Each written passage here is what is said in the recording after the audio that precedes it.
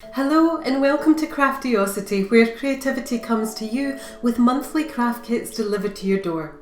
This month you'll engrave a delicate wildflower design onto a pair of highball drinking glasses to add the perfect handmade touch to drinks with friends or family.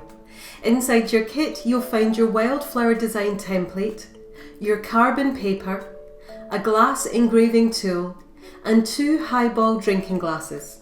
You'll also find your step-by-step photo instructions and a little something for your pinboard. Cut around your printed template in a rectangular shape so it's easier to work with. Try to ensure the bottom edge under the glass is fairly straight, as this will help you in the next step. Flatten out your sheet of white carbon paper and cut a piece that is slightly taller and wider than your template. This doesn't have to be exact, but make sure your carbon paper isn't smaller than your template. Your carbon paper has a shiny side and a matte side. Lay your carbon paper shiny side face down against the glass, wrapping it around so the short sides meet. Tape it in place at the side, the top and at the bottom.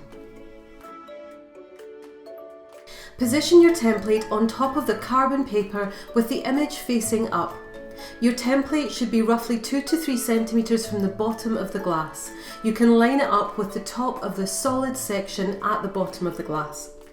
The template design should start and end at the same point as the carbon paper edge. Make sure your template is straight. Line up the bottom edges of the glass to make sure they meet, then tape into place.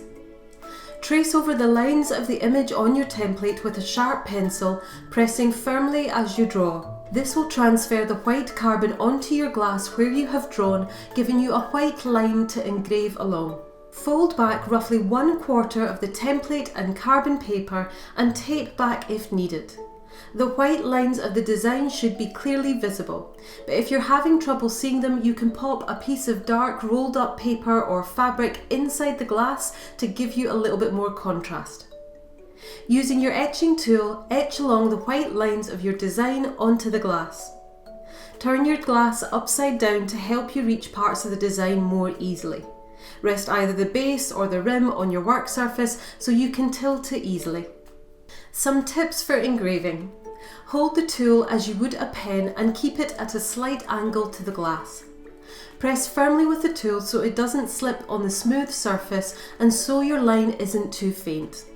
If your line is too faint, place the tool back in the groove of the line and go over it carefully, following the groove to slightly deepen it.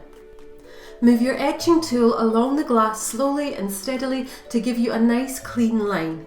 If you rush, the tool can slip or jump on the surface. To make a dot, like on the ends of some of the flowers, press down with the tool and draw a small circle, gradually increasing outwards until your dot reaches the desired size.